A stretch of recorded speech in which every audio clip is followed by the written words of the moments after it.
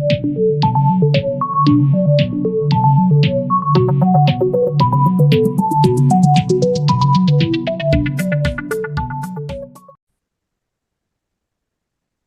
today we are starting with our new chapter in audit, company audit. बहुत दिन को लगेगा कि सर हमने पहला क्लास नहीं दिया हुआ है या सर ऑडिट का आपका कंपनी ऑडिट तो बहुत बाद में दिया हुआ है बुक में, सिक्स या सेवन चैप्टर में आता है सर, अभी क्यों कर रहा है?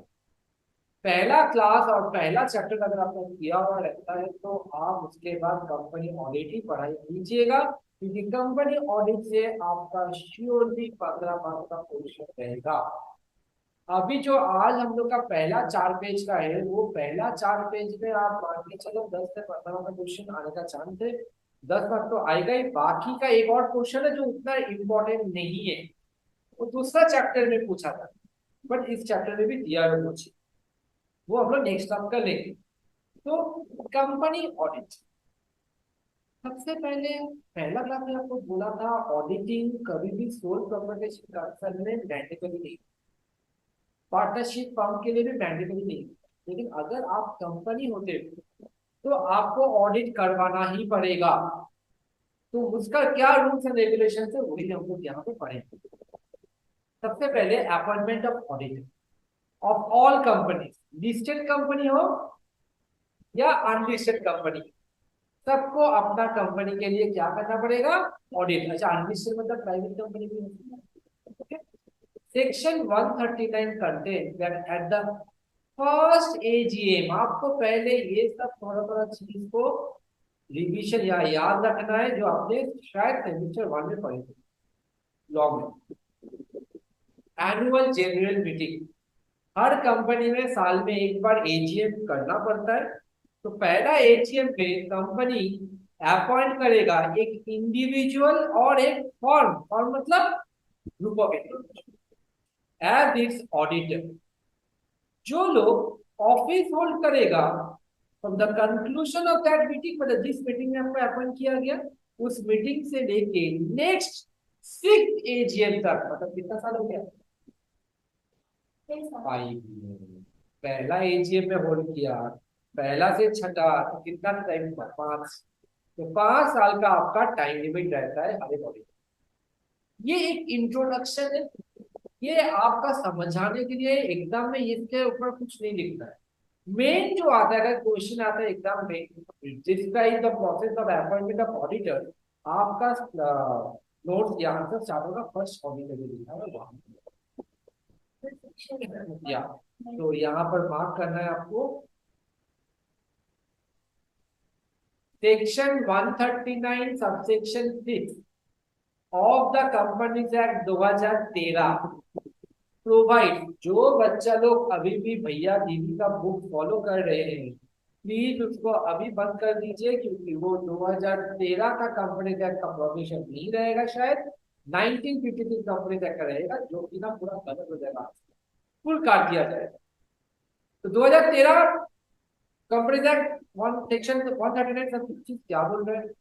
फर्स्ट ऑडिटर, फर्स्ट ऑडिटर मतलब एकदम पहला, एकदम प्रथम जो आपका कंपनी शुरू हुआ उसमें जब पहला ऑडिटर आप अपॉइंट करोगे, तो भी अपॉइंट कौन करेगा पता है? Board of director. मैंने बोल्ड में लिखा हुआ है, मतलब वो ज्यादा इंपॉर्टेंट है। Within 30 days from the date of registration. Sir पहला ऑडिटर है ना, तो इसके पहले तो मीटिंग कभी हुआ नहीं है, तो ये कब से होगा? 3 दिन कब से काउंट किया जाएगा? जब से आपका कंपनी रजिस्टर्ड। क्यों? क्योंकि मीटिंग करने में और भी टाइम लगता है। 4 महीना 5 महीना 6 महीने के बाद ही मीटिंग होगी, तो तब तक ऑडिटर नहीं रहेगा, ऑडिटर काम नहीं करेगा, रहेगा। तो ऑडिटर, पहला ऑडिटर का टाइम लिमिट कितना है बोलो? 30 डेज। कब से? जब से रजिस्ट्रेशन। ओके। ये ऑडिटर जो लोग को अपॉइंट किया गया shall hold office till the conclusion of first AGM. First AGM खत्म हो गया, इसका 6 एजीएम नहीं है। पहला ऑडिटर फर्स्ट एजीएम तक है। एकदम एकदम। अब उसको हम दोबारा अपॉइंट कर सकते हैं। company is not required to send any intimation of appointment of first auditor to the register of companies. आपको यहाँ पर अंडरलाइन करना है फर्स्ट ऑडिटर, इसका मतलब समझना पड़ेगा। ये लाइन को यहाँ करने का मतलब क्या कि फर्स्ट ऑडिटर अगर आप अपॉइंट करोगे ना, तो आरओसी के पास इंफॉर्मेशन भेजने का कोई दरकार नहीं है। तुम बोले कौन भेजता, भेजते नहीं, ये लाइन क्यों दिया गया? इसका मतलब होता है अगर फर्स्ट ऑडिटर नहीं होता है, सब्सिक्वेंट ऑडिटर होता है, तब आपको इंफॉर्मेशन भेजना पड़ेगा। क्लियर है? आप अगर कोई भी बुक फॉलो करोगे, फर्स्ट ऑडिटर में ये लाइन आपको मिलेगा ही। स्टूडेंट सिर्फ सब्सिक्वेंट ऑडिटर में उसको पढ़ता है, फर्स्ट ऑडिटर में आप ये लाइन यूज। तो क्या इंटीमेशन मतलब एक नोटिस भेजना पड़ता, एक चिट्ठी भेजना पड़ता। Who is register of companies? ROC, जो कंपनी को रजिस्ट्रेशन सर्टिफिकेट है, जिसको आपको कंपनी का सब डॉक्यूमेंट्स प्रोवाइड करोगे तो वो आपको रजिस्ट्रेशन सर्टिफिकेट इशू करेगा। तो पहला ऑडिटर जो आपने अपॉइंट किया, किसको अपॉइंट किया, क्या नाम है उसका, ऑफिस कहाँ है, कुछ बोलना नहीं। फर्स्ट ऑडिटर जितना जल्दी हो सके हम लोग अपॉइंट करेंगे। 30 दिन का टाइम है, 30 दिन बहुत मामूली होता है। कंपनी शुरू हुआ, कितना सारा काम रहता है, उसके बीच आपका यही काम भी बहुत जरूरी है, क्या, ऑडिटर को अपॉइंट कर दीजिए। और ये किसका रिस्पॉन्सिबिलिटी है? बोर्ड ऑफ डायरेक्टर्स का है। शेयर होल्डर तो अभी नया नया ही आया है, उसको कंपनी के बारे में क्या ही पता है। पर जो बोर्ड ऑफ डायरेक्टर्स है, जो मैनेजिंग डायरेक्टर्स है, वो लोग को तो सब कुछ ही पता है, वही तो कंपनी को चलाता है। तो इसीलिए पहला ऑडिटर का रिस्पॉन्सिबिलिटी किसका हुआ? Board of directors. तो यानी कि यहाँ से समझ में आ जाता है सब्सिक्वेंट ऑडिटर का रिस्पॉन्सिबिलिटी किसका होता है? शेयर होल्डर्स का। अंडरस्टूड? अच्छा, अब अगर बोर्ड फेल करता है टू अपॉइंट अगेन, देखो बार बार हम 30 दिन वाला टाइम दे दिया ताकि आपको याद हो जाए। 30 दिन का टाइम के अंदर अगर आप फेल हो जाते हो ना, तो company shall within 90 days at an extraordinary general meeting. ये क्या है सर? कंपनी मतलब, कंपनी मतलब यहाँ पर शेयर होल्डर्स के बारे में याद रखना। जब भी आपका वहां पर कहीं पर भी द कंपनी शेल होल्ड के बारे में कुछ भी लिखा हुआ रहेगा, मतलब समझ लीजिएगा वो आपका शेयर होल्डर्स के बारे में बात होगी। उसके पास कितना टाइम है? 90 डेज। अब एजीएम वगैरह तो साल में एक ही बार बनता है, बट ये तो इमरजेंसी हो गया। तो इमरजेंसी के लिए हमको एक एक्स्ट्रा ऑर्डिनरी मीटिंग होल्ड करना पड़ता है। मतलब व्हाट इज ईजीएम? हम लोग सीखे थे कंपनी लॉ में बेसिक्स। एक्स्ट्राऑर्डिनरी जनरल मीटिंग वो जनरल मीटिंग होता है जब कोई एक इमरजेंसी इवेंट को या इमरजेंसी केस को आपको डिस्कस करना है शेयर होल्डर्स के साथ। तब आप एक अचानक शॉर्ट नोटिस पीरियड पे आप एक मीटिंग ऑर्गेनाइज कर सकते हैं। क्योंकि एजीएम तो साल में एक बार होता है, लेकिन आपको अभी भी एजीएम हुआ था, 2 महीना ही बीता, एक बहुत भयंकर घटना घट गया कंपनी में जो आपको सबके साथ डिस्कस करना है, वोटिंग लेना है। अब एजीएम तो और दूसरा बार होल्ड नहीं कर पाओगे, एजीएम तो दूसरा बार सेकंड ईयर में आएगा। तो क्या होगा? तब हम लोग को ईजीएम होल्ड करना है, extra ordinary general meeting. EGM exam में शॉर्ट फॉर्म यूज मत करना।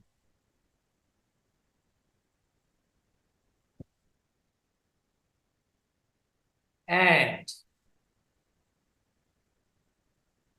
such auditor shall hold office in the conclusion of first AGM time. क्योंकि आप कौन सा ऑडिटर हो? फर्स्ट ऑडिटर, आपका फर्स्ट एजीएम तक ही टाइम। ये पूरा क्लियर है? लुक एट मी एवरीवन, मेरे साथ बोलो। पहला ऑडिटर कौन अपॉइंट करेगा? काहे?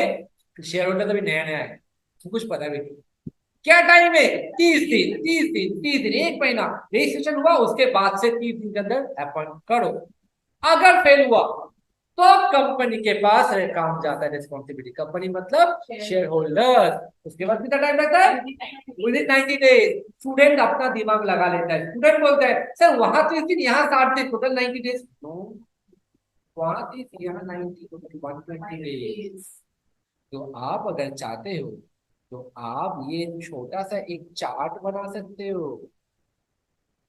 ये 30 दिन के अंदर में बोर्ड भैया अपॉइंट करेगा, और उसके बाद और 90 डेज का टाइम मिलेगा जब आपका कंपनी अपॉइंट करे।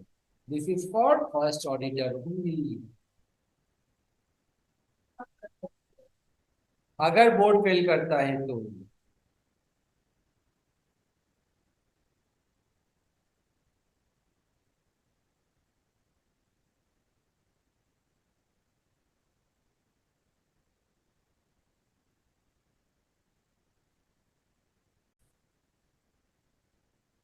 Subsequent auditor, section 139(1), please section number को ध्यान।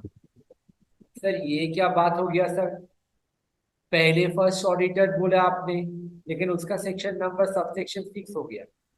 सब्सिक्वेंट ऑडिटर जो कि ना बाद में होता है, उसका सबसेक्शन 1 हो गया, क्योंकि सब्सिक्वेंट ऑडिटर ही पूरा जिंदगी भर कंपनी के साथ रहता है।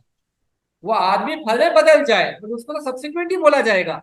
और फर्स्ट ऑडिटर तो लाइफ में एक ही बार आता है, उतना इंपॉर्टेंट नहीं है, इसलिए उसका प्रोविजन बाद में आया है। जो पहले सेक्शन नंबर बना था ना 139, that is of appointment of auditors, उसका सब सेक्शन 1 में क्या लिखा रहता है, आप नॉर्मल ऑडिटर्स को कैसे अपॉइंट किया जाए, देखते हैं। Provide that every company must appoint an individual और अ फर्म। लैंग्वेज में पूरा बारीकियों में ध्यान दीजिए प्लीज। और अ फर्म मतलब ही हो जाता है सीए फर्म के बारे में बात हो रहा है।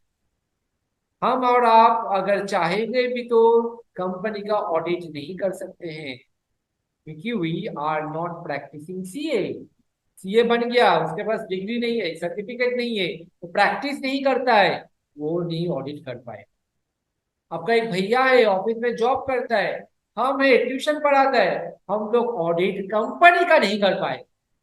हम चाहेगा तो कोई सोल प्रोप्राइटरशिप कंसर्न में जा ही सकता है, लेकिन सर्टिफिकेट इशू नहीं कर सकता, साइन नहीं मार सकता। सीए का जो साइन का वैल्यू होता है वो नहीं करता है। Understood.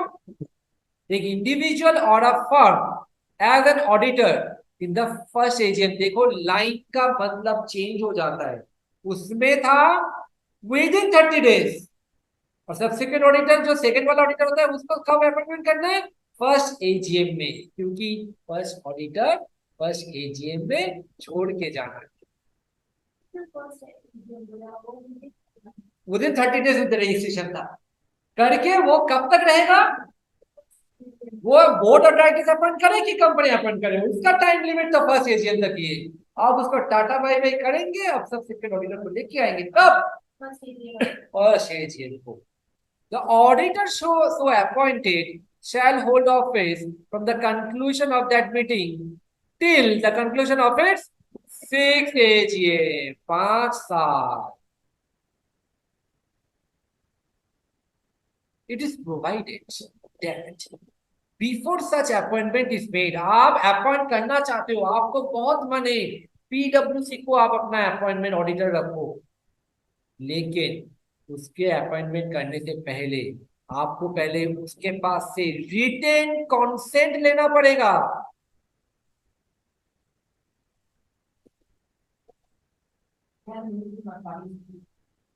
Retain consent of the auditor लेना पड़ेगा, ऑडिटर का परमिशन हो, बोलना है कि ओके हम आपका कंपनी में ऑडिट करना चाहते हैं। अब क्या होता है, साउथ का एक कंपनी है मुंबई में, सब कुछ उसका नाम दिया हुआ है डी कंपनी लिमिटेड। वो बोलता है कि हम लोग तो एक ही जन को अपॉइंट करेंगे, वो है प्रदीप्त सर। वो मेरे को भेजता है, मतलब वो डायरेक्टली मीटिंग में एजीएम में सब गुंडा लोग जितना भी है अंडरवर्ल्ड का सब वोट करता है, प्रदीप्त सर को वोट करेंगे वही ऑडिटर बनेगा। वो लोग अपॉइंट अपॉइंट सब कर लिया, हमको कुछ पता ही नहीं, हम बच्चा लोग को यहाँ ट्यूशन पढ़ाना। अब मेरे पास चिट्ठी आता है कल से आ जाइएगा आपको ऑडिट करना, भाई गुंडा लोग का कंपनी को ऑडिट करेगा, हम अपना ओपिनियन इंडिपेंडेंटली दे ही नहीं पाएगा, मेरा जान का खतरा है वहां पर, हमको जाना ही नहीं है वहीं पर। बट वो तो हमको अपॉइंट कर दिया, तो क्या करेंगे, इसीलिए हम लोग वहां नहीं जाएंगे, हमको वो अपॉइंटमेंट ही इनवैलिड हो जाएगा, वो मेरा कॉन्सेंट नहीं हुआ, हमसे वो पहले पूछेगा। Written consent of the auditor to such appointment and एक सर्टिफिकेट भी हम उनको देंगे कि आप जो हमको ऑडिटर के रूप से अपॉइंट कर रहे हो ना, I am eligible to audit your accounts, मेरे पर कोई डिस्क्वालिफिकेशन नहीं आया हुआ है। डिस्क्वालिफिकेशन मतलब कभी कभार कुछ ऐसा कांड कर लेता है ना ऑडिटर या सीए लोग, उसको अलाउ नहीं किया जाता है ऑडिटर ऑडिटिंग करने का। लेकिन ये बात तो सिर्फ हमको पता है। तुम तो एक क्लाइंट हो, तुमको क्या पता है कि हम कहाँ कहाँ कांड करके रखा होगा। तो ये हमको सर्टिफिकेट देना है आप, ताकि आप बाद में जब पता चलता है, अरे आपने इनसे क्यों ऑडिट करवाया, ये तो बहुत बड़ा क्रिमिनल है, तुम बोलेगा हमको क्या पता, ये देखिए उन्होंने मेरे को सर्टिफिकेट दिया था, he was fit for doing audit. तब तुम्हारा रिस्पॉन्सिबिलिटी नहीं रहता है, तुम कौन हो, शेयर होल्डर। रिस्पॉन्सिबिलिटी मेरा आता, दोष मेरा आता, इसीलिए ये दो चीज चाहिए चाहिए। फिर से बोलो क्या क्या चाहिए, रिटन कॉन्सेंट और एक certificate from in that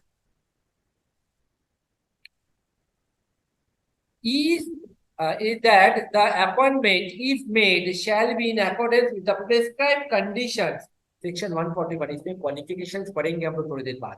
section 149 41 क्या डील करता है, qualifications of an auditor, auditor कौन कौन बन सकता है, is required to obtain from the auditor. Okay, the last point, the company shall inform the auditor concerned office or its appointment।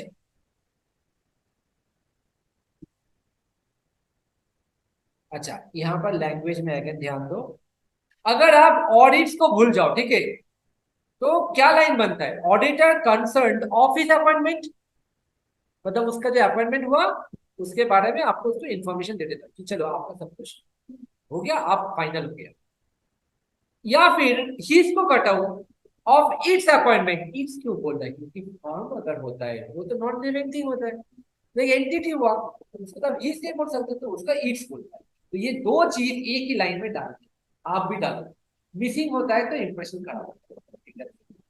अगर आप बिना समझ के पढ़ोगे ना, आपको समझ में नहीं, आपको लगेगा कि ये क्या गलत इंग्लिश लिखा हुआ है, office audit appointment, office audit appointment, समझ में नहीं आ रहा लैंग्वेज का मतलब क्या है, ऑफिस अपॉइंटमेंट और इट्स। हाँ, अगर फर्म होता है तो it's and also file a notice of such appointment, देखा, with the registrar within 15 days of the meeting in which the auditor is appointed.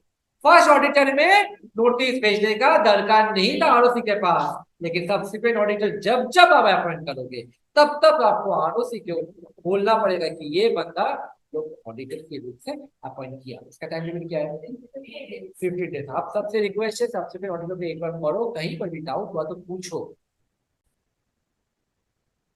First AGM में अपॉइंट हुआ,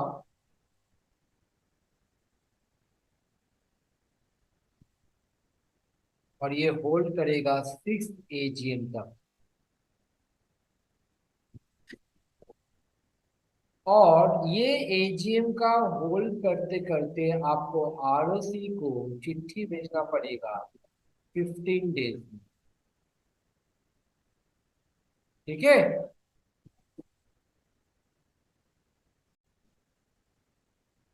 filling of casual vacancy, पहले तो आपको इसका मतलब जानना पड़ेगा कैजुअल वैकेंसी क्या होता है। कैजुअल वैकेंसी मतलब होता है, वैकेंसी मतलब छोड़ के जाना, छुट्टी नहीं है, ये टैक्स नहीं है। वैकेंसी मतलब ऑडिटर का पोजीशन खाली है, कोई नहीं है कंपनी का ऑडिटर, तो गलत बात है। तो वैकेंसी अगर कभी होता है, क्यों, ऑडिटर छोड़ के गया या auditor disqualify, whatever is the reason, auditor ceasing to act after being validly appointed, appointment हम लोग कर दिया था, शांति से हम लोग बैठे थे, बट बीच रास्ते में कुछ हो गया ऐसा इवेंट कि ऑडिटर को अपना पोजीशन से हाथ धोना पड़ा, उसको कहलाता है कैजुअल वैकेंसी। वो कब होता है, vacancy arises due to designation, death और डिस्क्वालिफिकेशन। डिस्क्वालिफिकेशन सबसे बड़ा रीजन होता है वैकेंसी के लिए, उसके बाद वाला रीजन होता है रेजिग्नेशन। डिस्क्वालिफिकेशन क्यों, बहुत सारा ना रिस्ट्रिक्शन रहता है एक ऑडिटर को कंपनी के साथ कोई भी डीलिंग वगैरह नहीं करना चाहिए। अगर बाई चांस कुछ ऐसा काम आप कर लेते हो जिसके लिए आप डिस्क्वालीफाई हो जाते हो, तो माना जाएगा आपका पोजीशन कैजुअली वैकेंट हो गया, ठीक है। अच्छा, और कब हो सकता है, ऑडिटर डेथ हो गया तो कभी भी हो सकता है, और एक हो सकता है रेजिग्नेशन, मतलब खुद छोड़ के जाना। अब इस तीन में से मानो आप एक कम शेयर होल्डर हो, आप मेरा इंस्टीट्यूशन प्लेटफॉर्म का शेयर होल्डर हो, I am the board of director, हम लोग इंडिया का सबसे बड़ा ऑडिटर उसको अपॉइंट किया है, शेयर होल्डर खुश हो जाते हैं, क्यों? ऑडिटर अच्छा होगा तो काम भी अच्छा होगा, और वो रिपोर्ट जो बनेगा एकदम ट्रांसपेरेंट बनेगा, एकदम सच बनेगा, ट्रू एंड फेयर व्यू से बनेगा। तो आप लोग निश्चिंत होकर बैठा, चलो एक शांत का है, इतना पैसा हमने इस सेंटर को इन्वेस्ट किया था, अब उसको देखभाल करने के लिए ऑडिटर तो है। अब 2 महीना बाद ऑडिटर सबको मेल भेजता है, सुबह उठ के देखते हो कि I quit from the position of auditor of Broadcom, thank you everyone बोल के चला है। बोल, आपको प्रॉब्लम होगा या आपको कोई फर्क पड़ने वाला नहीं? एकदम प्रॉब्लम होगा। क्यों छोड़ के गया? सबसे बड़ा प्रॉब्लम ये है, ऐसा क्या काम कर लिया managing director board of directors auditor के साथ कि ऑडिटर लोग छोड़ के जा रहे हैं? तो बात था नहीं, कोई अपॉइंटमेंट लिया था तभी तो मतलब समझ में आया था कि वो 6-5 साल में चलेगा, फिर वो क्यों भागा? What is the reason behind it? इसीलिए जब रेजिग्नेशन होता है ना, तब बोर्ड ऑफ डायरेक्टर्स का वार्ड लग जाता है, क्योंकि ऑडिटर डिजाइन किया मतलब ऑडिटर को काम करने नहीं दिया जा रहा है, ऑडिटर के साथ अच्छा व्यवहार बिहेवियर नहीं हो रहा है, ऑडिटर हर्ट होके कंपनी छोड़ के जा रहा है। ये बात कंपनी का शेयर होल्डर को पता चलता है, तो वो आके तहकीकात करता है, इन्वेस्टिगेशन करता है, क्यों हुआ, तो क्या होगा? रिजिग्नेशन जब कोई करेगा उसका फिलिंग अप शेयर होल्डर को करेगा, क्योंकि शेयर होल्डर आएगा, सबको पता चलेगा, वो एक एक चीजों का ध्यान से परखेगा, क्यों हुआ? अगर डेथ हो जाता है या ऑडिटर का कोई फॉल्ट डिस्क्वालीफाई हो जाता है, तब बोर्ड ऑफ डायरेक्टर्स अपॉइंट करेंगे। वही चीज ध्यान रखा, ये हो गया लॉजिकली अगर पढ़ोगे तो आपको ये रटना नहीं पड़ेगा। देखो, सेक्शन 139 सबसेक्शन 8, पहले क्या था? 6, अब तक क्या था? सेक्शन नंबर हुआ सेक्शन 139 सबसेक्शन 1 था, वो था subsequent auditors. Section 39 1 subsection 6 first auditor.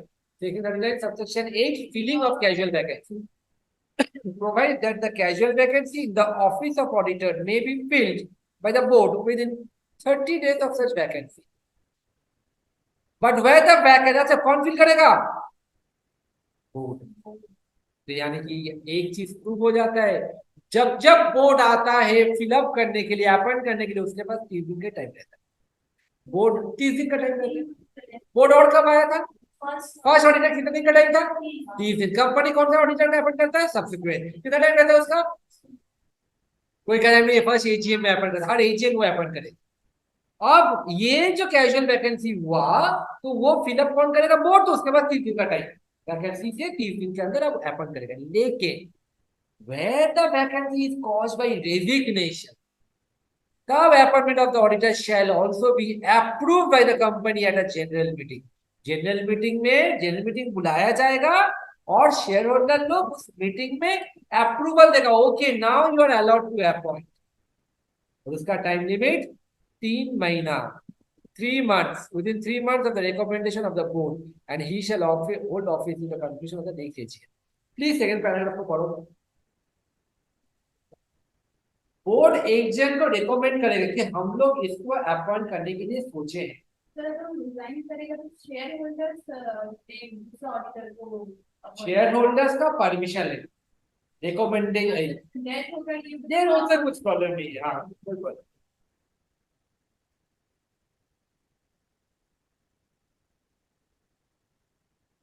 Resignation होता है ना, तो कंपनी हर एक शेयर होल्डर के पास मेल पहुंचा, बोर्ड ऑफ डायरेक्टर्स में कोई कंट्रोल में नहीं है। बोर्ड जब वो ऑडिटर को रिकमेंड किया कि हम लोग इसको अपॉइंट करने का सोचा है, प्लीज आप लोग परमिशन दे दो, आपको रजिस्ट्रेशन करना है कर लीजिए। इसका आप क्या पूरा साल नहीं दोगे? इसके तो काम रुक जाएगा, बोर्ड ऑफ डायरेक्टर फंस जाएगा, कंपनी बंद हो जाएगा। कंपनी में सबसे ज्यादा इंटरेस्ट इसका रहेगा, बोर्ड ऑफ डायरेक्टर, क्योंकि वो लोग का शेयर होल्डर भी, शेयर होल्डर भी ज्यादा है। अब हम तुम और ये 3 जन मिलके वो कंपनी का शेयर होल्डर, मेरे पास 10 शेयर, तुम्हारे पास 5 शेयर, तुम्हारे 1 शेयर, हमको कोई इंटरेस्ट नहीं है, बाहर में कौन करेगी? चलो, तो ये चीज तुम्हारे पास एक टाइम लिमिट दिया गया, 3 महीने के अंदर में आप देख लीजिए। आके देखना है, वहां से देखना है, फोन में बात करना है, जो कुछ है करो, ठीक, 3 महीना टाइम। 3 महीना तक अगर आप नहीं भी करते या कर भी लेते हो, उसके बाद हम अपॉइंट कर ही नहीं। हम कौन, बोर्ड। ठीक है, तो बोर्ड ऑफ डायरेक्टर ही अपॉइंट कर रहे हैं। कितना दिन का टाइम है, 30 दिन का टाइम। देखो, और मीटिंग क्या बोलता है, अप्रूवल कब, कितना महीना के अंदर में लेना है, 3 महीने के अंदर में।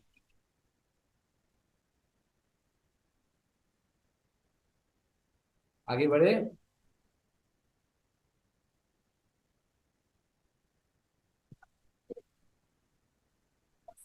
बोर्ड वगैरह डेट और डिस्क्वालिफिकेशन, रेजिग्नेशन, क्विट मतलब रेजिग्नेशन।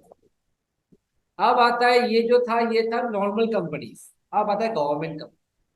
गवर्नमेंट कंपनी में उतना कुछ है नहीं, कौन अपॉइंट करेगा, वो फेल करेगा तो तब कौन अपॉइंट करेगा। एकदम एक बात सुनो, नॉर्मल कंपनीज में सबसे पहला ऑडिटर कौन अपॉइंट करता है, board। उसके बाद वाला शेयर होल्डर। यहाँ पर क्या होता है, सबसे पहले गवर्नमेंट कंपनी का जो भी फाइनेंशियल मैटर्स होता है, अकाउंट्स बोलो, ऑडिटिंग बोलो, वो सब का हेड कौन देखता है। इसलिए तो इंडिया में नहीं कर पाएगा, सबको उतना ज्ञान भी नहीं होगा शायद। तो ये सब गवर्नमेंट कंपनी के ऊपर कंट्रोल कौन करता है, एक बोर्ड है। एक बोर्ड मतलब एक ग्रुप ऑफ पीपल है, हाईली क्वालिफाइड, वो उसके हाई कोर्ट का, सुप्रीम कोर्ट का जज भी रहते हैं। इसको कहलाता है controller, com, not controller, controller and auditor general of India, CNAG या CAG भी बोलते हैं। तो वो होता है सबसे टॉप पोजीशन गवर्नमेंट कंपनी की। नॉर्मल कंपनी का टॉप पोजीशन कौन होता है, बोर्ड ऑफ डायरेक्टर। तो इसके लिए CNAG पहले अपॉइंट करेगा, CNAG फेल करेगा तो बोर्ड ऑफ डायरेक्टर्स करेगा। Please try to understand the line of authority. पहले आता है CAG, उसके बाद आता है बोर्ड, उसके बाद आता है मेंबर्स। इसके लिए गवर्नमेंट कंपनी के लिए। नॉर्मल कंपनी के लिए क्या आता है, सबसे पहले आता है बोर्ड, उसके बाद आता है मेंबर। मेंबर मतलब ही शेयर होल्डर। समझ में आ रहा है। एक बार इस पैराग्राफ को अच्छे से पढ़ो, हम इंपॉर्टेंट पॉइंट्स को अलग अलग लाइन में डाला हुआ। पहले तो आप government, what is the government company. A company is a government company if it's owned or controlled by the CG मतलब सेंट्रल गवर्नमेंट, AG मतलब स्टेट गवर्नमेंट, और partly by CG, partly by one or more SG, and includes those companies which are subsidiary of such government। एक company है जिसका नाम है Ram limited. अब वो कंपनी आपको नाम से समझ में आ रहा है, नॉर्मल एक कंपनी, लेकिन उसको कल टेक ओवर कर लेता है इंडियन रेलवेज या इंडियन ऑयल कॉर्पोरेशन, जो कि ना गवर्नमेंट का, कोल इंडिया गवर्नमेंट का। तो वो भी कौन सा कंपनी बन जाता है, गवर्नमेंट कंपनी बन जाता है। तो ये सब कंपनी का ऑडिटर कौन अपॉइंट करता है, देखो सेक्शन नंबर ग्रेजुअली जा रहा है, सेक्शन 139(7) ऑफ द कंपनी, देख 2013 डायरेक्टली लिख दिया, bye Comptroller and Auditor General, CAG।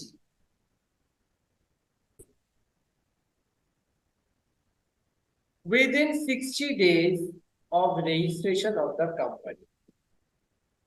First auditor का टाइम 30 दिन था, गवर्नमेंट कंपनी का फर्स्ट ऑडिटर का टाइम 60 डेज। कौन करेगा फर्स्ट ऑडिटर, नॉर्मल कंपनी का सबसे टॉप पावर में जो रहता है बोर्ड ऑफ डायरेक्टर, और गवर्नमेंट कंपनी का टॉप पावर में कौन रहता है, CAG, कंपनी ऑडिटर जनरल। ये अगर आप ऐसे पढ़ोगे ना, कभी आपको ये रटना नहीं पड़ेगा, जो हम लोग को रटना पड़ता था, हमको कंफ्यूजन हो जाता था, इसका ना टाइम उसमें डाल देना था ऐसे। In case the CAG fails, अगर CAG फेल करता है 60 डेज के अंदर रजिस्ट्रेशन करने में, तो बोर्ड देखा, बोर्ड का टाइम कितना है, पहले हमने ग्रुपिंग कर लिया था, within 30 days. If board fails to appoint, it shall inform the members of the company. देखो ऑथोरिटी क्या जा रहा था, पहले लिखा था CAG, बोर्ड और मेंबर। अब मेंबर्स क्यों बोल रहा है, क्योंकि गवर्नमेंट कंपनी में नॉर्मली शेयर होल्डर आम आदमी तो होता नहीं है, आम जनता तो होता नहीं है, तो उसका शेयर होल्डर्स बोलना साउंड्स बैड, उसको मेंबर बोलते हैं। मेंबर बोल रहे हैं तो यहाँ पर कौन होता है, जो भी स्टेट गवर्नमेंट है, सेंट्रल गवर्नमेंट के साथ कोई भी स्टेट गवर्नमेंट भी मिला हुआ है, तो उन लोगों को मेंबर्स। कंपनी में भी अगर आपको मेंबर्स बोला जाएगा, मतलब समझ लो शेयर होल्डर नहीं बोला, नॉर्मल कंपनी, गवर्नमेंट कंपनी में शेयर होल्डर्स नहीं होंगे। अच्छा, हाँ, तो इसका टाइम लिमिट कितना है? The member shell with 60 days under extraordinary general meeting. एक बार आप लोग फर्स्ट ऑडिटर में आ जाए, उसमें टाइम लिमिट क्या था? 30 डेज, 90 डेज। इसमें क्या टाइम जा रहा है? इसमें टाइम जा रहा है 60, 30, 60। तो लिख लीजिए, रजिस्ट्रेशन डेज 60 डेज। एक second,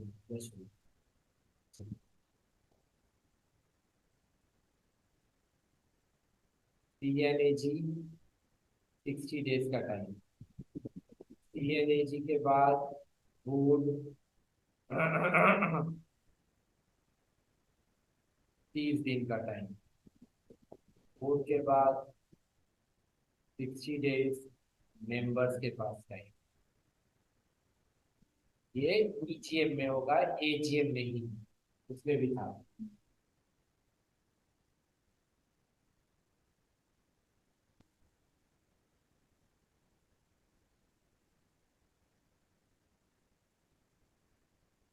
The first auditor shall hold office in the transition of the first AGM, उसमें भी था, इसमें भी था।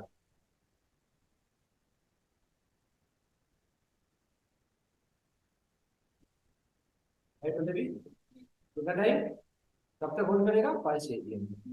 अब इसका subsequent auditor, CAG shall appoint an auditor for every financial year within 180 days from the commencement of the year। 6 महीने का टाइम होता है। The auditor so appointed shall hold office to the conclusion of each। अच्छा, bye the वे, यहाँ पर board का या members का कोई काम नहीं, बट CAG फेल करेगा तो, बट इसलिए 180 डेज का टाइम दिया। ठीक है, अब इसका भी कैजुअल वैकेंसी होता है। Any casual vacancy the office of auditor will be filled by the CAG within 30 days of such vacancy. 30 days and auditor shall hold office with the conclusion of the next year. ठीक है, ये 30 दिन का काम।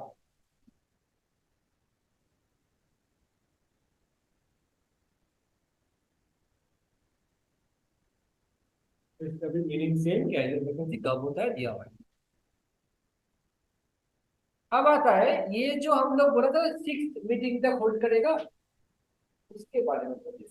इसको बोलते हैं rotational method. Rotational method मतलब आप जब 5 साल होल्ड कर लिया ना, आपका इस साल आपका लास्ट ईयर, इसलिए 6 ईयर। तो जब आप यहाँ से रिटायर करोगे, मतलब छोड़ोगे आपका काम, क्या आपको दोबारा अपॉइंटमेंट कार्ड सकता है? वही चीज ना, आपको दोबारा अपॉइंटमेंट नहीं कर सकेगा, दूसरा ऑडिटर को अपॉइंट करना। तो ये नेक्स्ट 5 साल तक आप यहाँ पर ऑडिटर बन नहीं पाओगे। फिर उसके बाद 5 साल चले जाने के बाद जब थर्ड टाइम आता है थर्ड ऑडिटर के बारे में, तब आपको ये इसके पीछे का बहुत बड़ा लॉजिक है। व्हेन आई वाज स्टूडेंट, हम लोग का टाइम पे मतलब एक ऑडिटर पूरा जिंदगी भर कंपनी को ऑडिट करता, वो कभी छोड़ के जाता भी नहीं था, कंपनी भी उसको कभी निकालता नहीं। क्यों? अंडरस्टैंडिंग हो, हम यहाँ पर पैसा मारेंगे, आप इसको पास कर दोगे, आपका घर में मिठाई का बक्सा के अंदर पैसा चला जाएगा। सेटअप किया। ज्यादा ऑडिटर नहीं बोलता था कि आप चिंता मत करो, आप मेरे साथ आजीवन रहो, हम आपका सब काम सलझा लेंगे। इनकम टैक्स वाला, अकाउंटेंट वाला, शेयरहोल्डर वाला, किसी को कुछ पता नहीं। और एक दोस्त का कंपनी था और एक दोस्त सीए था, 2 जन मिलके ये काम आजीवन करता, किसी को कानून नहीं पता। पता कब चलेगा? अगर बाई चांस उस ऑडिटर के जगह तीसरा या दूसरा कोई ऑडिटर को लेके आया जाए, तब तो मजे का बात होगा। उसके साथ तो सेटअप करने में टाइम लग जाएगा। वो आएगा तो वो तुरंत सब मिस्टेक्स को पकड़ ले। इसीलिए एट अ स्टेज आप कभी ऑडिटर रह नहीं सकते। और this reason only rotational method start हुआ। This came from 2013। I studied audit in the year 2007 or 8, देखो यहाँ पर क्या बोलता है, rotation of auditor depends upon the class or type of, by the way हर कंपनी के लिए ये मैंडेटरी नहीं, छोटा मोटा कंपनी में कोई प्रॉब्लम नहीं है, बड़ा कंपनी में ही ये सब ज्यादा का दिक्कत होता है, वहां पर चोरियां ज्यादा हो, तो वहां पर ये सब restriction. Rotation is applicable for the following class of companies.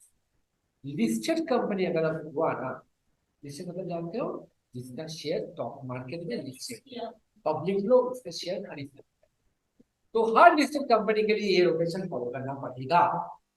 Unlisted अगर आपका कंपनी होता है, अभी तक शेयर लिस्टिंग नहीं हुआ, अगर आप पब्लिक कंपनी, तब आपका कैपिटल 10 करोड़ से ज्यादा या 10 करोड़ होना चाहिए, बड़ा कंपनी होना चाहिए, क्योंकि बड़ा कंपनी में तो फ्रॉड भी ज्यादा होता है, तो इसीलिए आपका यहाँ पर आपको रोटेशन करना ही पड़ेगा।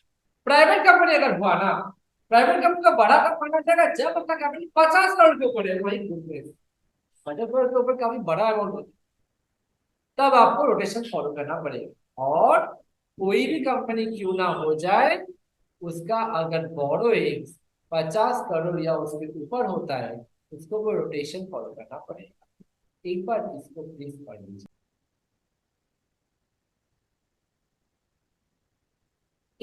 और जो आएगा बीच में उसको और को काट, एविडेंशियल कंपनी का एक और आ गया, वो और नहीं, ये कोई एक अगर कंडीशन आपको फॉलो होता है तो आपको ऑडिटिंग ऑडिटर को रिपोर्टेशन एंड रिपोर्ट पे अप्लाई करना है। अच्छा, बोरोइंग मतलब पब्लिक डिपॉजिट्स को भी बोरोइंग्स बोला जाता है।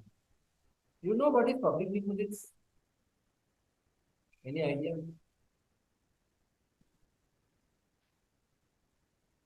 पब्लिक अगर मेरा कंपनी हमारे कंपनी में पैसा जमा कर, उसको पब्लिक डिपॉजिट कहते हैं। तो पब्लिक अगर मेरे पास पैसा जमा कर रहा है तो वो मेरे लिए एसेट की लाइबिलिटी, हमको वो पैसा संभाल के रखना पड़ेगा, वो मांगे तो देना पड़ेगा, ये बोझ है मेरे लिए।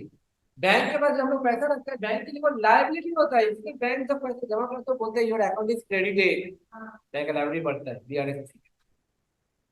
अब रोटेशन कैसे होता है, जब अगर आप कोई इंडिविजुअल ऑडिटर होता है, इंडिविजुअल ऑडिटर मतलब और क्या ऑडिटर होते हैं, फॉर्म ऑडिटर होते हैं, ग्रुप ऑफ इंडिविजुअल्स मिलके, तो ऑडिटर दो प्रकार ही होता है, एक फॉर्म और एक इंडिविजुअल। इंडिविजुअल का हम लोग ईच करके तब बोला था, और फॉर्म को ईच करके बोला।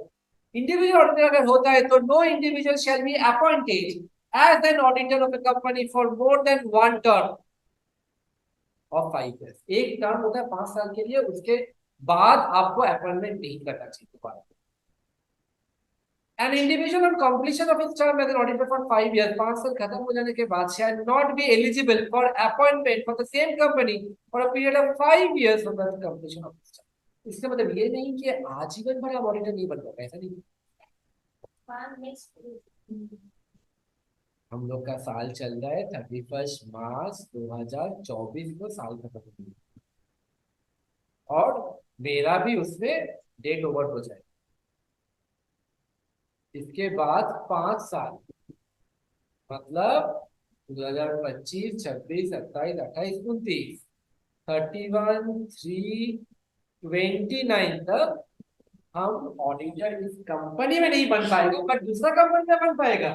बहुत इसको गलत वॉइस से ले लेता है, वो बोलते कि अरे हम तो रोटेशन में थे, उस कंपनी में ऑडिटर थे, अभी तो खत्म हो गया, तो 5 साल हम ऑडिटर नहीं बन पाए। अरे उस कंपनी में नहीं बन पाए, आपको अनएम्प्लॉयड थोड़ी कोई कर सकता, आप डिस्क्वालीफाइड थोड़ी हो, दूसरा कंपनी में जाओ।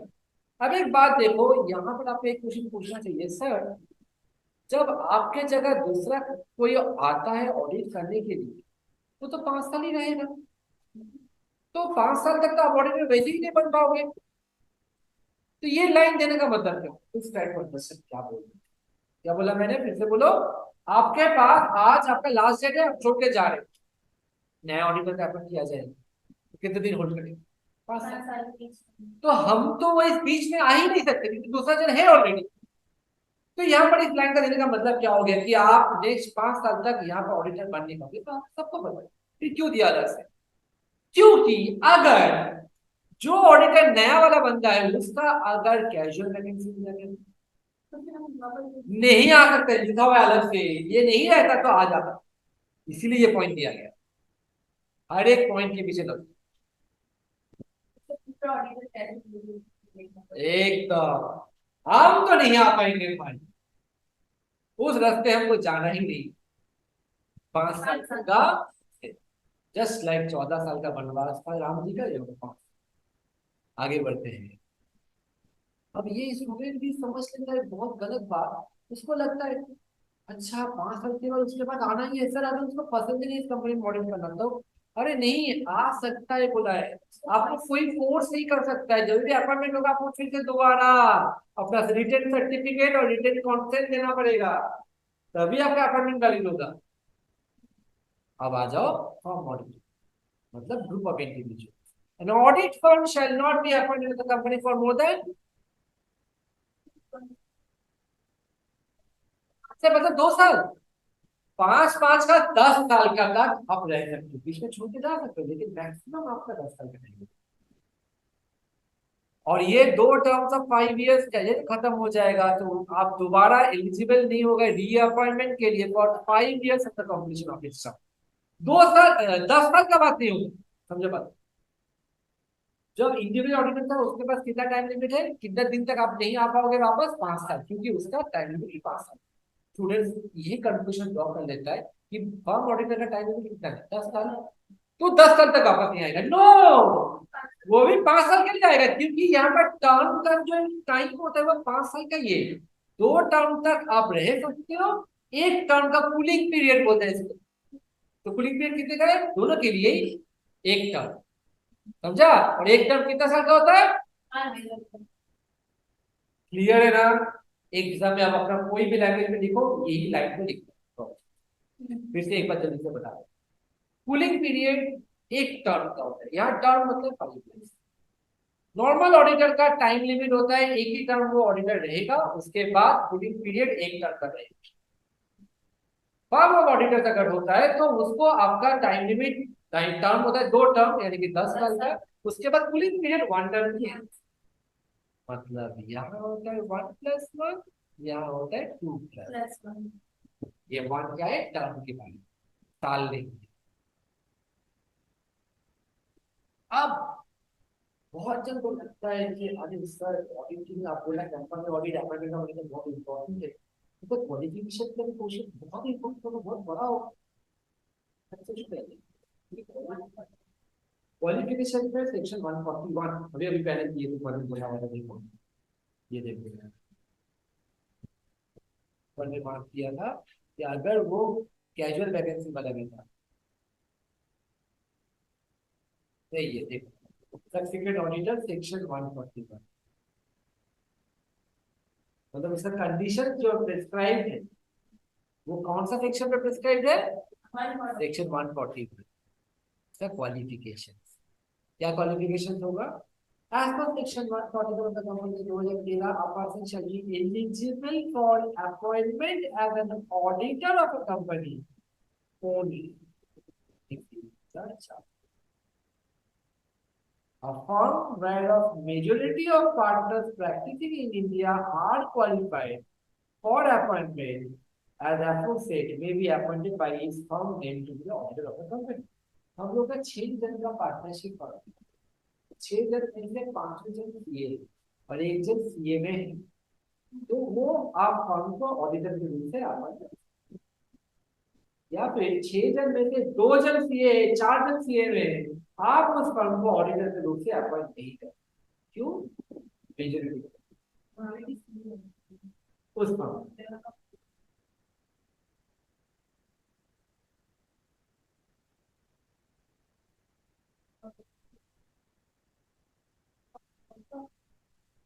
जैसे मेरा एक फ्रेंड लोग है, वो एक लड़का सीए है, उसका भाई सीए थे, उसका फ्रेंड सीए थे, 3 जन मिलकर काम करते हैं, और उसका ऑडिटिंग के रूप से कभी नहीं ला सकते, क्योंकि मेजोरिटी पार्टनर ये नहीं है, 1/3 हो गया, 33%।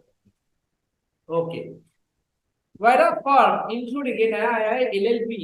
अगर आप एलएलपी का भी कोई अपॉइंट करते हो as auditor of a company, only the partners who are chartered accountants shall be authorized to act and sign on behalf of the firm.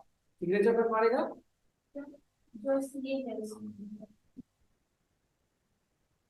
ठीक है, ये हो गया अपॉइंटमेंट का। यहाँ पर आप एक क्वेश्चन कर, और एक आ रहा है डिस्क्वालिफिकेशन।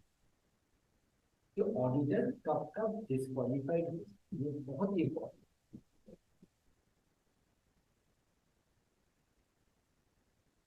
सबसे पहला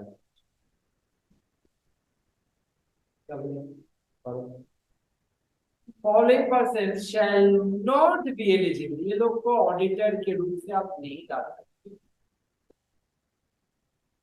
पॉइंट नंबर एक क्या लिखा हुआ है, बस बस बस, बॉडी कॉर्पोरेट नंबर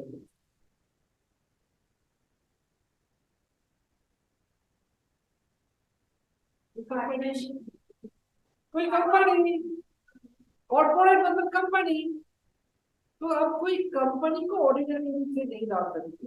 समझो बात को, कंपनी का ऑडिट करना है, फिर उसके लिए कंपनी को ही नहीं ला सकते। हम निकाला पी सरकार पी प्राइवेट लिमिटेड एक कंपनी फॉर्म किया, हम अकेला वहां पर, हम 5-6 दिन वहां पर है शेयर होल्डर्स, सब लोग सीए है। हम लोग को वो कंपनी, कोई भी कंपनी ऑडिटर के रूप से अपॉइंट नहीं करती, क्योंकि आई एम कंपनी। अगर अपना पार्टनरशिप में बना लेता है तब कर सकते हो, कर सकते हो, मेजोरिटी पार्टनर की होना चाहिए।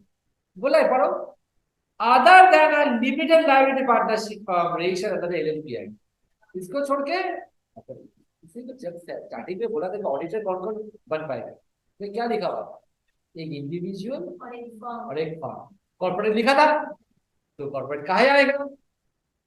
अंडरस्टूड, ये पॉइंट भी एक्ट में नहीं लिखा हुआ है, लेकिन हम लोग इसको ये पॉइंट को डाला है, क्यों, क्योंकि अपॉइंटमेंट में बॉडी कॉर्पोरेट था नहीं, तो ऑब्वियसली डिस्क्वालिफिकेशन में बॉडी कॉर्पोरेट आ जाएगा।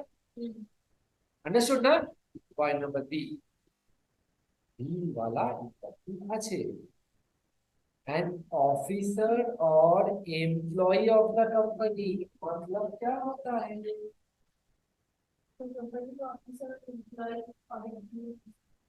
सपोज आईटीसी लिमिटेड का कंपनी का तुम सीए हो, मतलब तुम सीए मतलब तुमने वहां पर जॉब ज्वाइन किया, you are a qualified CA, लेकिन आपको पता है क्या काम दिया गया है, आपको दिया है, आपको दिया गया है कि तुम्हें काम करो, तुम ना सोशल मीडिया में हम लोग का जो एडवर्टाइजमेंट वगैरह आता है उसको थोड़ा टेक ओवर करो, वहां पे मार्केटिंग का आदमी लोग रहेगा, बट तुम उस पर मैनेज करो। अब एक सीए जो है वो सब काम आता है, वो मैनेजमेंट भी काम आता है उसको, तो उसका मैनेजमेंट पोजीशन में डाला गया।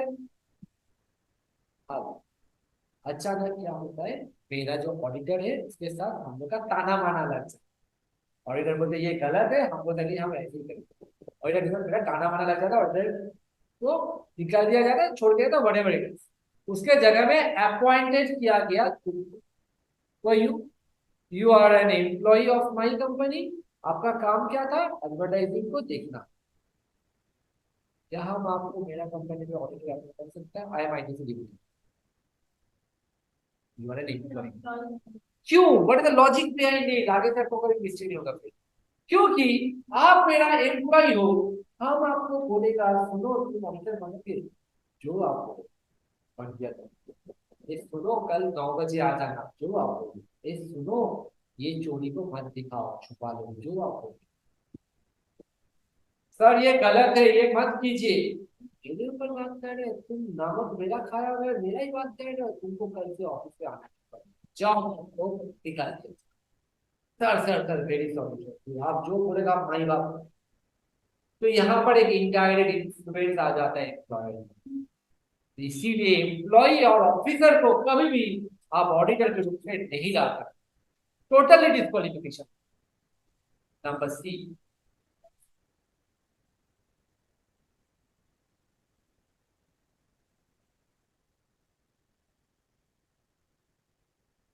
बोलता है कंपनी का एक ऑफिसर है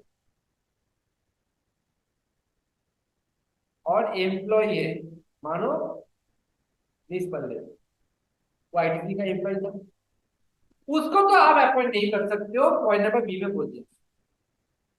हाँ, तुम बोलता है कि सर एक काम कीजिए, हमको तो आप अपॉइंट नहीं कर सकते हो, तो सर हम ना एक और छोटा मोटा बिजनेस भी करता है, साड़ी का बिजनेस होता है घर, वो मेरी एक फ्रेंड है पारा में, उसके साथ मेरा वो पार्टनरशिप बिजनेस, उसका नाम है क्या था, एस। तो आप एस भी सीए है, तो आप एस को ऑडिटर रखो। आईटीसी को बोले इससे मेरा फायदा क्या होगा, अरे सर वो मेरा ही फ्रेंड है, आपका जो भी कुछ करना है आप मेरे को बोलना, हम उसको बोल देगा, तो आपका सब बात मान लेगा, इन्फ्लुएंस हो गया, इंडिपेंडेंट ऑडिटिंग हुआ नहीं ना। इसीलिए एम्प्लॉय या ऑफिसर जो भी है उसका ना कोई पार्टनर है प्राइवेट लाइफ में या प्राइवेट बिजनेस में, उसको भी आप यहाँ अपॉइंटमेंट नहीं कर सकते। और क्या पॉइंट है देखो उसी पॉइंट में, तुम्हारा घर में एक लेडी काम करती, ठीक है, वो बहुत साल से पढ़ाई लिखाई डिस्टेंस में कर रही थी, अब वो सीए बन जाती है और तुम्हारा काम को छोड़ के तुमको बोलता है हमको कोई ऑफिस का काम, तो तुम्हारा ऑफिस में वो काम कर रहे, तुम्हारा भी दो जगह काम हो गया, समझो बात को। इसको अच्छे से समझो, एक और एग्जाम्पल। पहले होता है आईटीसी लिमिटेड एक कंपनी, उसका एम्प्लॉय पी, पी का एक ट्रैवल्स का बिजनेस साइड, उसमें मिस्टर ए मैनेजर, ठीक है, और मिस्टर ए जो है वो सीए भी है। सबसे पहले क्या बोला, पी को आप अपॉइंट कर सकते हो, नहीं। तो पी का कोई पार्टनर हुआ तो नो, पी का कोई एम्प्लॉय मिस्टर ए उसको भी नहीं कर सकते हो, who is in the employment of officer, employee का एम्प्लॉय बोल देना।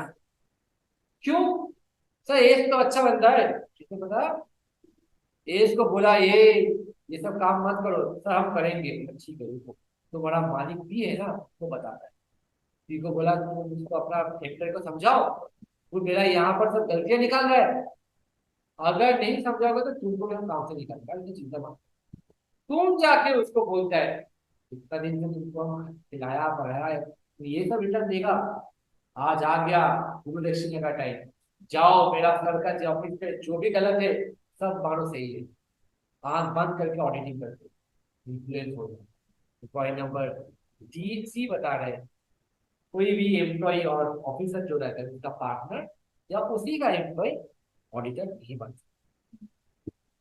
Point number D, a person who or his relative or partner, आप, आपका रिलेटिव या आपका पार्टनर अगर कंपनी में कोई सिक्योरिटी होल्ड करता है जिसका वैल्यू 1 लाख से ऊपर हो तो नहीं चलेगा, बट अगर आप होल्ड किया may hold security value not exceeding 1 lakh, तो मतलब सब लोग बोलो तो क्या हो रहा है।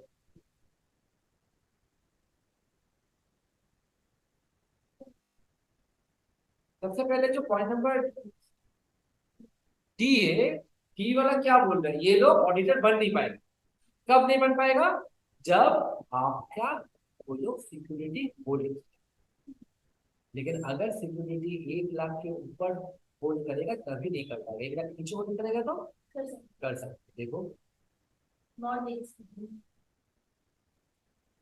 इसको थोड़ा समझा मैंने ड्राइंग बना के, मानो मिस्टर आर, ये आपका ना पार्टनर है, सर ये आपका एम्प्लॉय नहीं है ना आपका ऑफिसर, ना ही एम्प्लॉय का पार्टनर है ना एम्प्लॉय का एम्प्लॉय, जो बी नंबर पॉइंट में था वो ये है नहीं, ये एक आम आदमी है, और ये भी प्रैक्टिसिंग पीपल, ठीक है। अब इसको आपने ऑडिटर के रूप से अपॉइंट करने का इच्छा प्रकाश किया, मीटिंग में डिसीजन हुआ कि मिस्टर आर को ऑडिटर के रूप से आप लोग मानेंगे, बोला ठीक है, लेकिन उसके लिए आपको उसको चिट्ठी भेजना पड़ता है, उसको इन्फॉर्मेशन देना पड़ता था सबसे ऑडिटर के हिसाब से, तो उसको आपने बोला कि आपको जो ऑडिटर के रूप से अपॉइंट किया, तब आर क्या करेगा, रिटर्न कॉन्सेप्ट भेजेगा हाँ बस और नोटिस भेजेगा।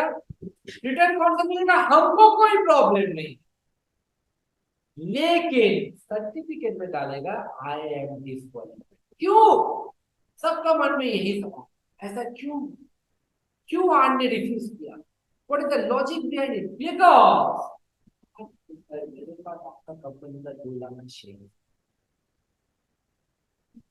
तो फिर अगर हम गंदा रिपोर्ट बनाएगा तो कंपनी का शेयर प्राइस फॉल होगा और मेरा नुकसान हो जाएगा।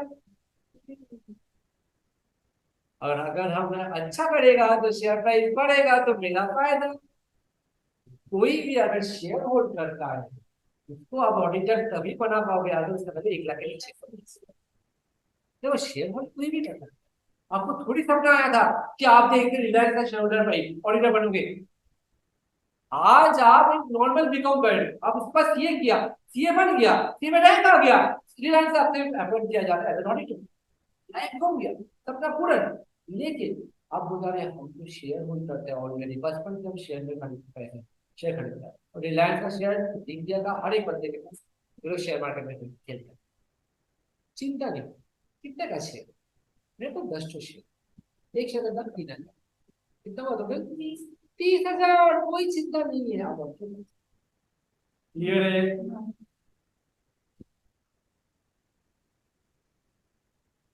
आप सिक्योरिटी होल्ड करोगे तो नहीं बनोगे। आप अगर इंडेटेड हो कंपनी के पास, मतलब कुछ लोन लिया और वो वैल्यू 5 लाख के ऊपर है,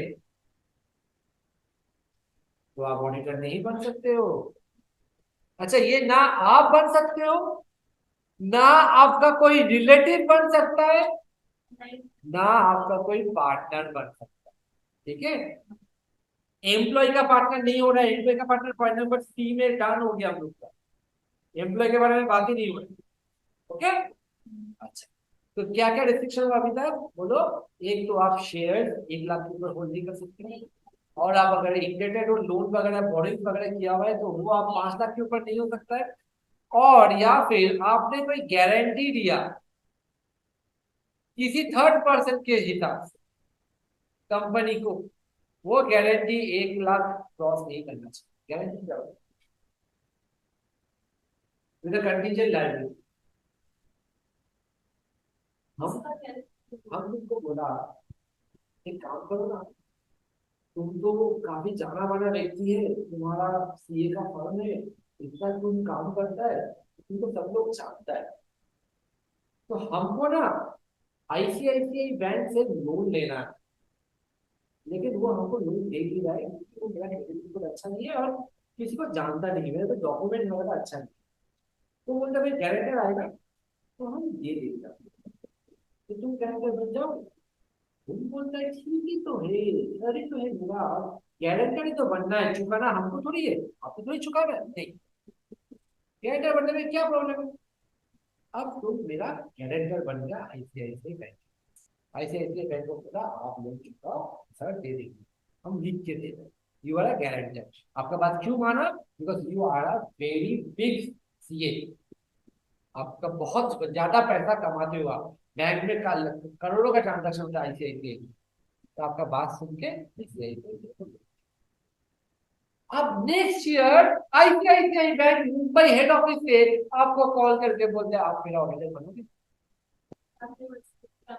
आप सर्टिफिकेट भेज देना, बोल देना कि आई एम डिस्क्वालिफाइड बिकॉज मेरे पास एक गारंटी है जो कि ना 5 लाख का लोन का है, 1 लाख क्रॉस करेगा तो आप नहीं बन सकते।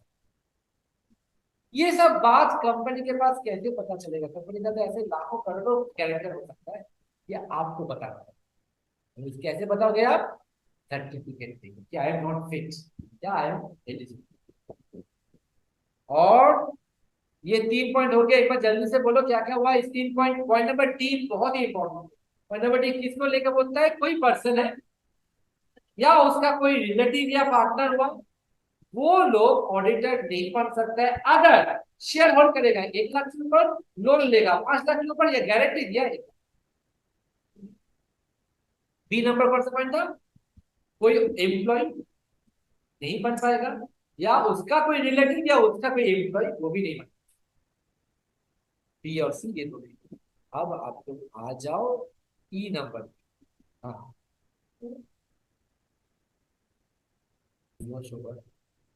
पॉइंट नंबर ई। एक पर्सन है और फर्म है जिसका डायरेक्टली और इनडायरेक्टली कंपनी के साथ कोई बिजनेस रिलेशनशिप हो गया, खरीदने का, बड़ा अमाउंट, सप्लायर है हम तुम्हारे कंपनी का सप्लायर, और तुम हम ही को एज अ सीए अपॉइंट करना चाहते हो ऑडिटर। नहीं कर सकते। क्यों? अगर हम बुरा रिपोर्ट देगा तो तुम्हारा कंपनी बंद हो जाएगा, तो मेरा पैसा कौन चुकाएगा? नहीं नहीं, अच्छा काम, बहुत अच्छा काम, जान बुझ के सब करते हैं। इसलिए अलाउ नहीं करते। इंडिपेंडेंस होना चाहिए ऑडिटर रिपोर्ट में। हल्का सा भी इंफ्लुएंस अगर आ जाता है ना तो उसको एक वैल्यू नहीं होगी। इसलिए इन लोग को रूल बना के रेस्ट्रिक्शन दिया गया।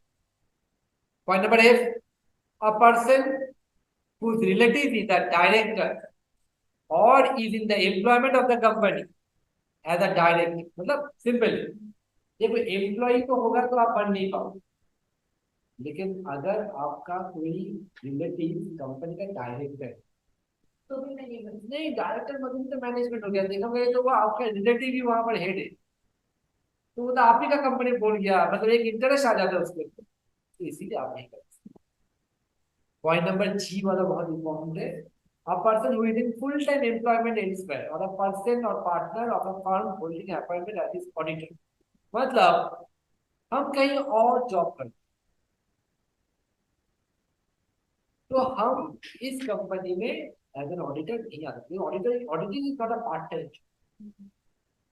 आपको अपना फुल 100% कंसंट्रेशन देना पड़ेगा, भले पूरा साल ना देना पड़े, एक दो महीना 3 महीने का काम है, लेकिन उस टाइम में भी आपको पूरा फ्री रखना पड़ेगा और आप में वो प्रैक्टिस होना चाहिए।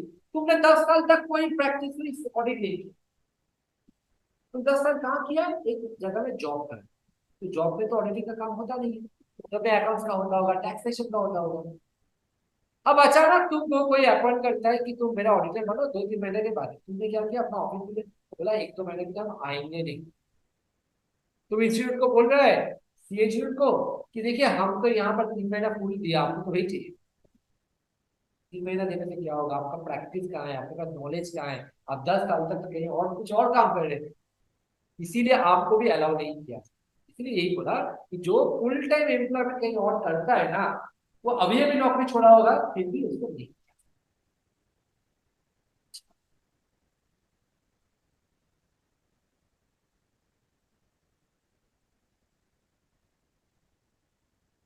A person who has been convicted by a court of an offense involving fraud, कोई फ्रॉड किया था आपने और उसके साथ आपका 10 साल अभी तक गुजरा नहीं। देखो, फ्रॉड फ्रॉड ये तो जेल जो होता है, जेल को हिंदी में क्या बोलते हैं?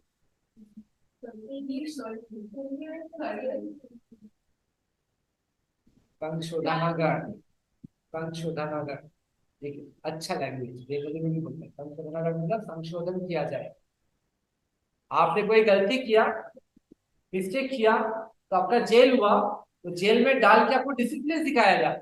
आपको क्या लगता है जेल में मानता है, मानता है पुलिस स्टेशन आपको क्राइम कॉन्फेस करवाने के, या आपसे इन्फॉर्मेशन निकालने के लिए, तब थर्ड डिग्री वगैरह वो सब किया जाता है। लेकिन जेल में जब कोर्ट ने राय दे दिया इसको 10 साल का जेल, तो 2 साल का इसको जेल में रहना, तब उसने कोई चाहिए, उसका आपका डेली रूटीन में काम होता है, वहां पर आपको काम करना पड़ता है, आपको उसको पगार भी मिलता है। हाँ। अच्छा अगर आप काम करोगे तो आपको जल्दी छुट्टियों में मिल जाता है, 10 साल का है आपने, 8 साल में आपको छुट्टियां मिल जाएगा अगर आप अच्छे से किया, फुल डिसिप्लिन के साथ। तो वहां पर आपने कोई ऐसा काम किया, आपका जेल हो गया, और वो जेल में आपका टाइम दिया था कि 5 साल का आपका जेल है। 5 साल के बाद आपने बाइज्जत बरी हुआ, मतलब अभी आप क्लीन। आप ऑडिट करने आते हो, ऑडिटर बोलता है, मतलब कंपनी बोलता है हम तो आपको ऑडिट के हिसाब से ऑडिट में नहीं ला सकते, क्यों? बोला आप फ्रॉड किए थे। बोले तो आप फ्रॉड हो, हम लोग नहीं कर सकते। अगर ये होगा तो फिर जेल जाने का मतलब क्या?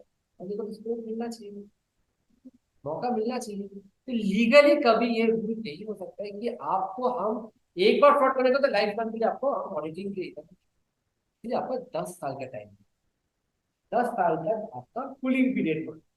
10 साल तक आप अपने आप को तैयारी करो, हाँ, तो दूर रहो। 10 साल के बाद आप ऑडिटर बनो। सर इसको तो प्रैक्टिस में छूट जा रहा है। हाँ, वो दोबारा स्टार्ट करेंगे, रजिस्ट्रेशन नंबर कैंसिल हो जाएगा, फिर से दोबारा स्टार्ट हो जाएगा, पैसा पेमेंट करना पड़ेगा, रजिस्ट्रेशन फीस दोबारा फिर हो जाएगी।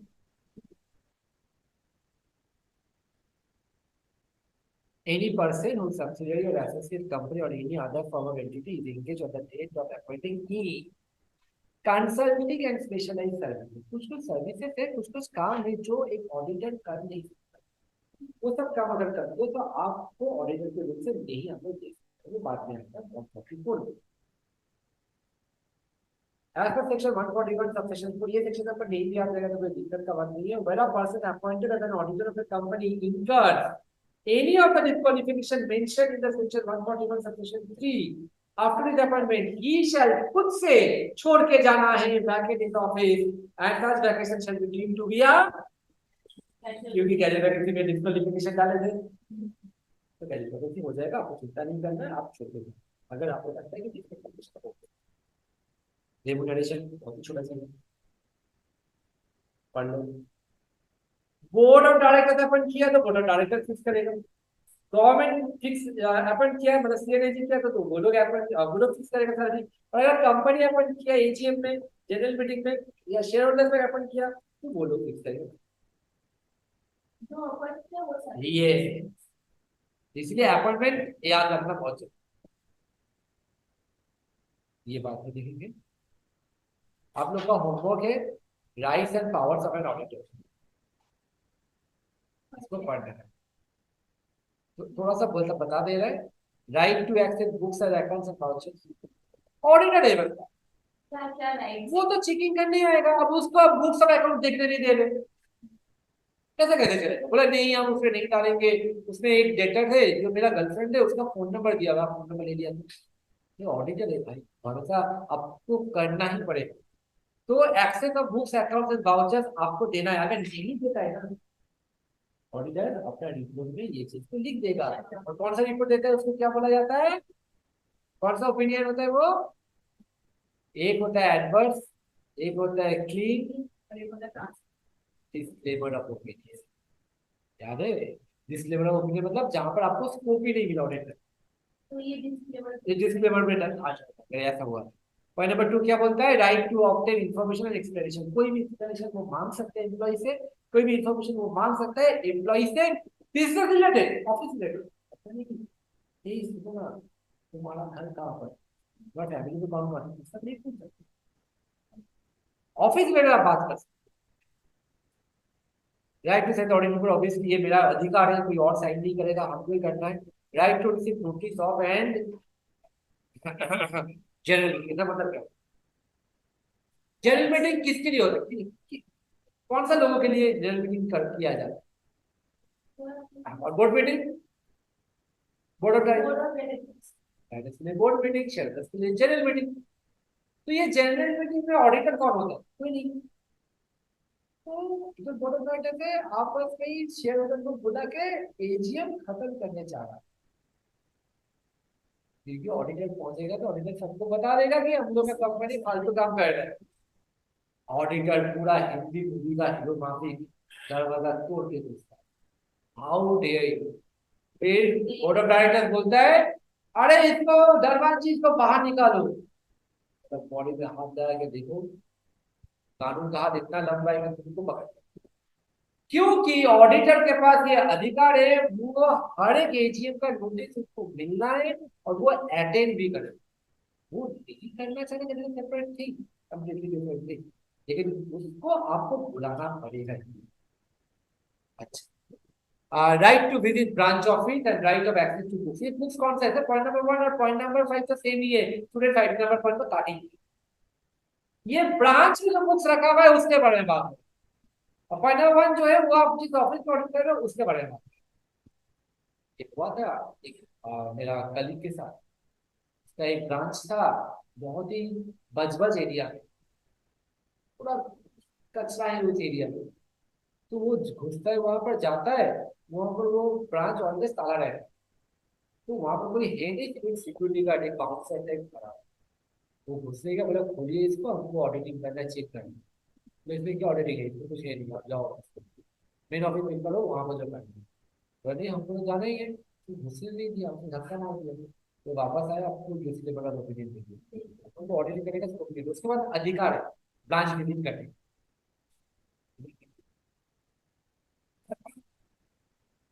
The company's auditor shall be entitled to visit the branch office if he deems it necessary, shall have a right of access at all times to the books of accounts and vouchers of the company maintained at the branch office.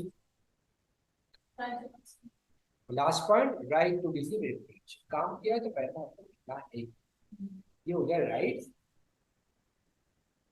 और duties. ये पढ़ लेना, next class हम लोग renewal से start. Thank you everybody. अच्छा ये चारों पेज पूरा खत्म हो गया या कुछ बात?